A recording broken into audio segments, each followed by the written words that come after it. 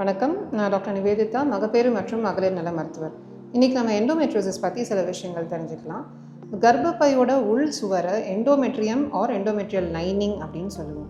இந்த இடத்துல மட்டும் இருக்க வேண்டிய இந்த எண்டோமெட்ரியம் அந்த இடத்துல மட்டும் இல்லாமல் அதை விட்டு மற்ற இடத்துலையும் இருக்குது. அதாவது ectopic sites of the endometrium அப்படின்னு சொல்லுவோம்.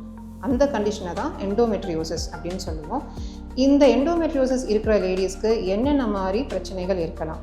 பீரியட்ஸ் டைமில் ரொம்ப சிவியரான பெயின், ஹெவி ப்ளீடிங், இது இல்லாமல் பீரியட்ஸ் டைம் மட்டும் இல்லாமல் மற்ற டைம்லேயுமே அவங்களுக்கு ஒரு வேகான ஒரு டல் ஏக்கிங் அப்டமன் பெயின் இருந்ததுனாலோ, இல்லை தாம்பத்திய உறவில் இருக்கும்போது ரொம்ப சிவியரான பெயின் இருந்தாலோ, சில டைம் அவங்களுக்கு இந்த எண்டோமெட்ரியோசிஸ் மலக்குடல் வரைக்கும் பரவி இருக்கும்.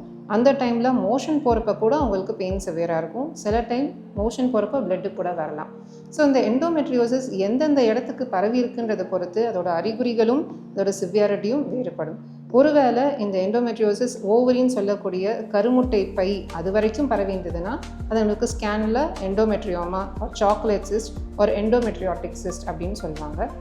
இந்த இடத்துல எண்டோமெட்ரியோசிஸ் இருக்கிற பட்சத்தில் அவங்களுக்கு ப்ரெக்னென்ட் ஆகிறதே ஒரு ப்ராப்ளமாக இருக்கலாம். ஏன்னா அந்த எண்டோமெட்ரியோசிஸ் அந்த நார்மல் ஒவேரியன் டிஷ்யூவை என்க்ரோச் பண்ண ஆரம்பிச்சிடும்.